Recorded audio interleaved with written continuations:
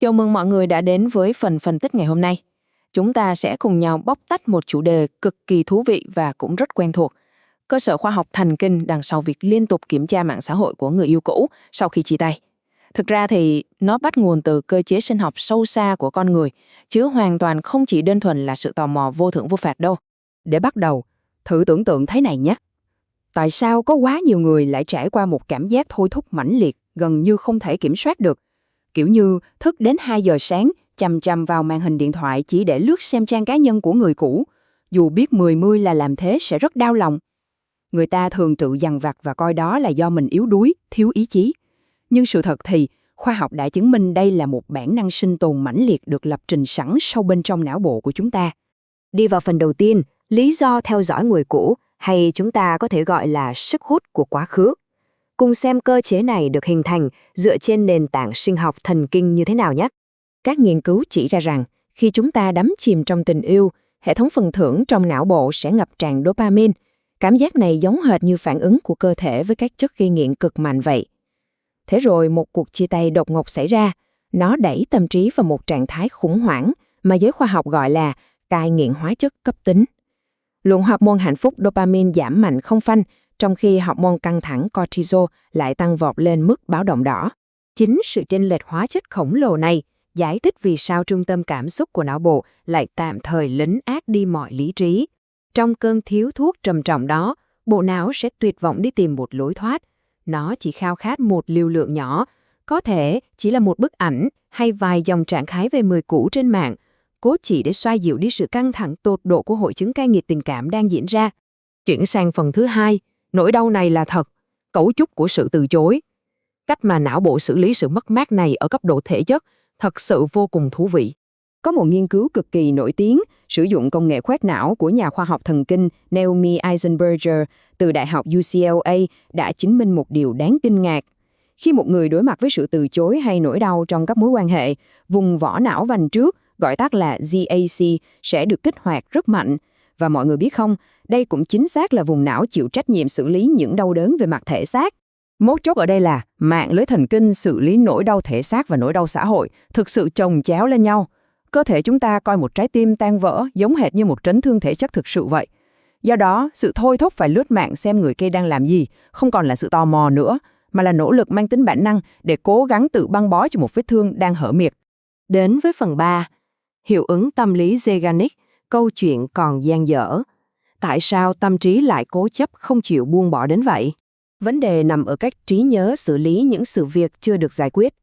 Hiệu ứng Zeigarnik giải thích rằng não bộ của con người sinh ra là để tập trung cao độ vào những vòng lặp còn đang mở. Cứ thử nghĩ về một người bồi bàn mà xem, họ có thể nhớ chính xác từng món trong một hóa đơn chưa thanh toán, nhưng lại quên sạch mọi thứ ngay giây phút khách hàng trả tiền xong. Não bộ chỉ thực sự xả bỏ áp lực khi câu chuyện đã khép lại hoàn toàn. Để minh họa rõ hơn thì, trong các nghiên cứu tâm lý học ban đầu, người ta phát hiện ra rằng chúng ta nhớ được tới 68% các nhiệm vụ chưa hoàn thành. Tỷ lệ này cao hơn gấp đôi so với các việc đã làm xong. Một con số cho thấy bộ não có sự thiên vị khổng lồ và không thể chối cãi đối với những vấn đề vẫn chưa đi đến hồi kết.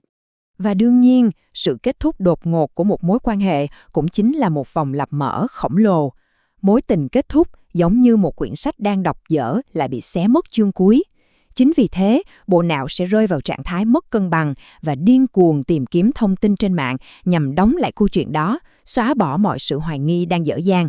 Tiếp theo là phần 4, vòng lặp cạm bẫy dopamine, hay còn gọi là hiệu ứng máy đánh bạc. Hãy xem các thuật toán mạng xã hội hiện đại đã tận dụng nhu cầu tìm kiếm sự khép lại này như thế nào. Hành vi lướt mạng xã hội hoạt động y hệt như việc chơi một cỗ máy đánh bạc ở casino thông qua cơ chế củng cố ngắt quãng.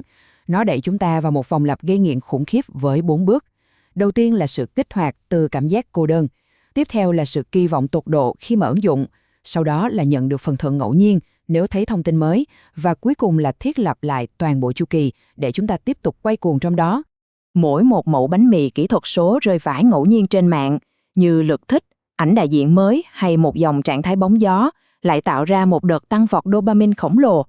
Sự phấn khích thực chất không đến từ bản thân thông tin đó đâu, mà nó đến từ sự hồi hộp ngay trước khi nhấp vào xem người kia đang làm gì. Nó đánh lừa hoàn toàn hệ thống dự đoán phần thưởng của não bộ. Đó chính là lý do các nghiên cứu liên tục nhấn mạnh rằng Việc cứ theo dõi người cũ chỉ tạo ra tàn dư sự chú ý, gây ra đau khổ hiện hữu và làm chậm lại đáng kể quá trình chữa lành. Cho dù là cố ý tìm kiếm hay vô tình nhìn thấy, hành động này thực chất là đang liên tục bóc lớp vảy của một vết thương đang cố lên da non. Đi đến phần cuối cùng, phần 5, phản ứng hoàn toàn bình thường, sự an ủi từ khoa học.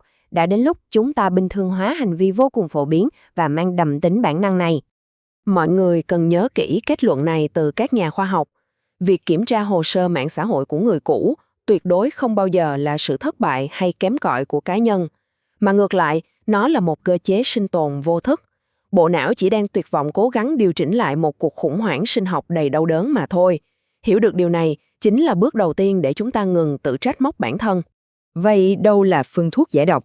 Khoa học chứng minh rằng phương pháp tốt nhất là phải hoàn toàn tránh xa cỗ máy đánh bạc kỹ thuật số đó, ít nhất là trong 1 tháng. Quá trình ngắt kết nối hoàn toàn này giúp thiết lập lại các con đường dopamine và bỏ đói vòng lặp gây nghiện. Quy tắc không liên lạc không chỉ là mẹo vặt tâm lý truyền miệng đâu, nó là một đường thuốc sinh học thiết thực để não bộ có thể thực sự tĩnh lặng và hồi phục. Để khép lại phần phân tích hôm nay, điều mà mỗi chúng ta cần cân nhắc không phải là mãi nhìn về quá khứ hay cảm thấy tội lỗi, mà là những thói quen và sự kết nối mới mẻ nào sẽ được chủ động xây dựng kể từ ngày hôm nay. Thay vì kẹt lại trong một vòng lặp thông tin cũ kỹ, chúng ta hoàn toàn có quyền chọn những con đường thần kinh mới để viết tiếp một chương tươi sáng hơn, cho phép bộ não được thực sự chữa lành. Cảm ơn mọi người đã theo dõi.